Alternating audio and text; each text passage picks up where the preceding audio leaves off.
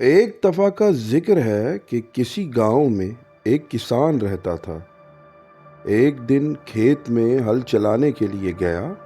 ہل چلاتے چلاتے کسان کی نظر ایک چمکتی ہوئی چیز پر پڑی۔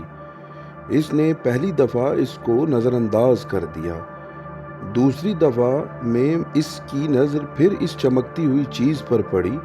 وہ چیز سورج کی روشنی کی زیادتی کی وجہ سے پہلے سے کہیں زیادہ چمکنے لگی۔ دل میں کہنے لگا، آخر یہ کیا چیز ہو سکتی ہے؟ بالآخر اس کی طرف بڑھا اور اس چیز سے مٹی کو صاف کیا تو اس کی چمک پہلے سے زیادہ بڑھ گئی۔ گھر آ کر بیوی کو بتایا کہ مجھے آج کھیت سے ایک پتھر ملا ہے۔ بیوی نے کہا کہ ہم اس کو اپنے پاس رکھ کر کیا کریں گے؟ بہتر ہے اس کو بازار میں جا کر فروخت کر دیں اور جو ملے اس سے گھر کے حالات کچھ سازگار ہو جائیں گے۔ کسان بازار میں فروخت کرنے کے لیے گیا۔ دکاندار دیکھ کر کہتا ہے کہ یہ پتھر بہت قیمتی ہے، میرے پاس اتنی رقم نہیں ہے، لہٰذا کسی بڑے تاجر کے پاس جا کر پتہ کر لو۔ وہاں سے بھی نا امیدی ہوئی۔ بڑے بڑے تاجر اس کی قیمت نہیں لگا سکے، حتیٰ کہ وزراء بھی اس کی قیمت کا اندازہ نہیں کر سکے۔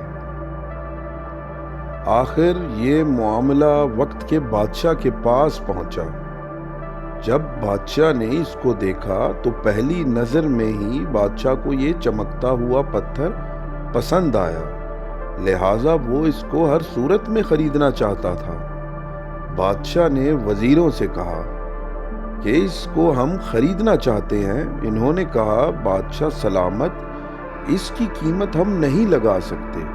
بادشاہ نے کہا، اگر تم نے اس کی قیمت کل تک نہ لگائی تو تم قتل کر دیے جاؤ گے۔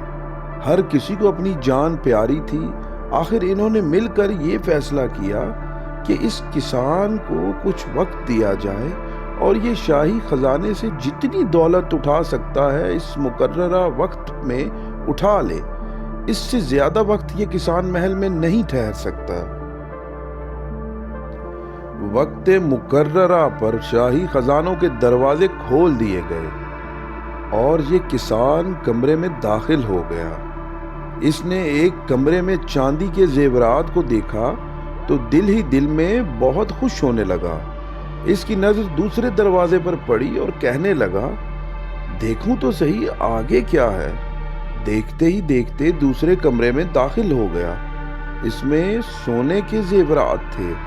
کسان کو اور خوشی ہوئی۔ ابھی خوشی کے لمحات سے مسرور ہو رہا تھا کہ اس کی نظر ایک اور دروازے پر پڑی تو یہ سوچ کر کے یہاں تو یہ ہے، نہ جانے آگے کیا ہوگا، اس کمرے میں داخل ہو گیا۔ یہاں پر اس کو ہیرے جواہرات کو دیکھنے کا موقع ملا اور خود کو بڑا خوش قسمت تصور کرنے لگا۔ اسی لمحے اس کی نظر چوتھے دروازے پر پڑی اور وہ اس میں داخل ہو گیا۔ ادھر دیکھا تو بادشاہ سلامت کا تخت نظر آیا۔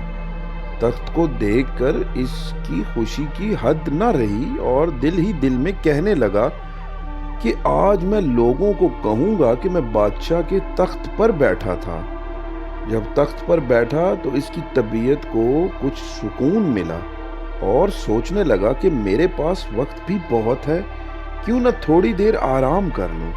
اور اس طرح یہ کسان بیچارہ بادشاہ کے تخت پر لیٹ گیا اور ایسا لیٹا کہ لیٹ ہی گیا۔